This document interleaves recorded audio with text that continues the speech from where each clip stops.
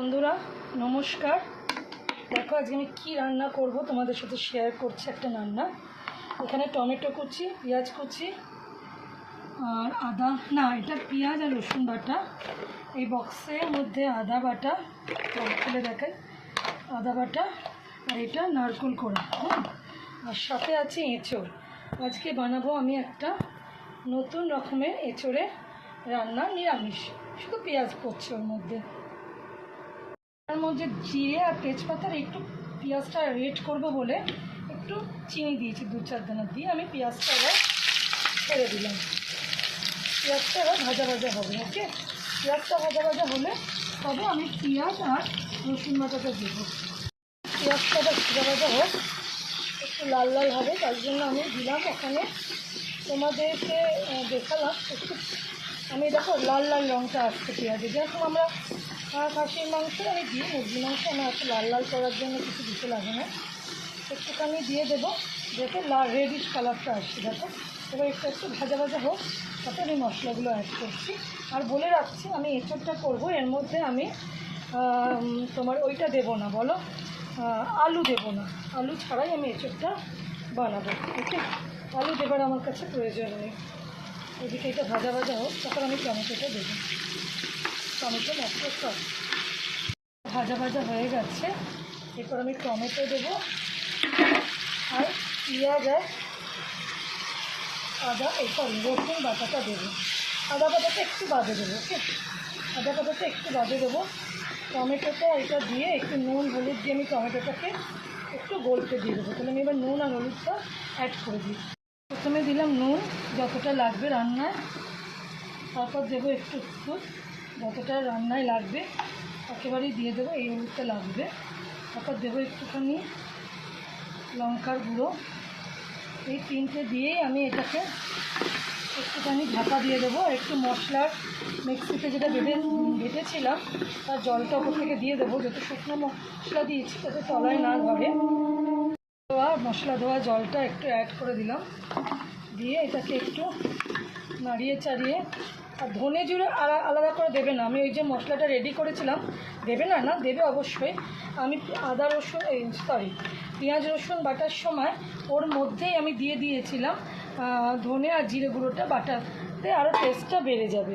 এরপর আমি ঢাকা দিয়ে দেবো। ওকে, অবস্থায় আমি আদা বাটাটা এবার দিব উপর থেকে। আদা বাটাটা আমি একটুখানি দেরি করে দিই, বুঝলে, আদাটা বেশি কষলে আমার মনে হয় তিতকুটে হয়ে যায়, এটা আমার মনে হয়, আমার নিজস্ব মতামত বলছে। কী অবস্থা, ভালো মতনই কষা হচ্ছে।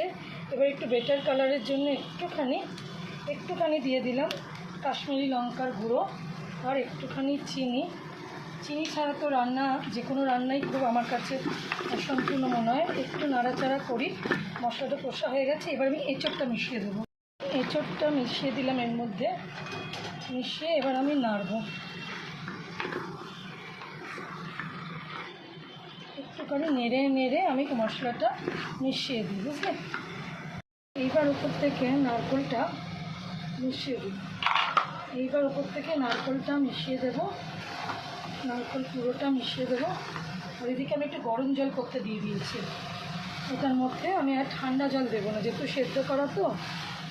ঠান্ডা জল দিলে টেস্টটা একটু আমার মনে হয় রান্নায় ফিকে হয়ে যায়, তাই নারকেলটা দিয়ে এবার আমি নাড়াচাড়া করে গরম জলটা অ্যাড করে দেবো। এইবার ওপর থেকে গরম জলটা অ্যাড করে দিলাম।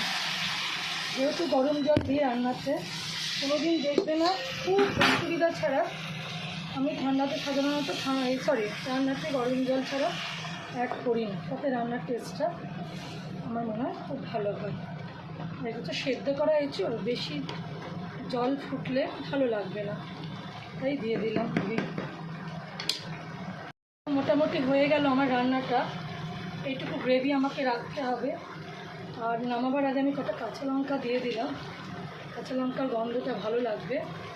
আর নামাবার আগে ঘি দেবো না, এই কারণেই বলছি ঘি আমি এটাতে দেবো না, নারকেল দিয়েছি বলে ঘি দেবো না। এঁচড় তো বিভিন্নভাবে হয়, তো আমি এইভাবে করছি বলে আজকে আমি আর ঘি দিলাম না। আর এঁচড়কে তুমি যতই তেল দাও তুমি এঁচড়ে কোলাতে পারবে না, মনে হয় আরও তেল দিলে ভালো হতো।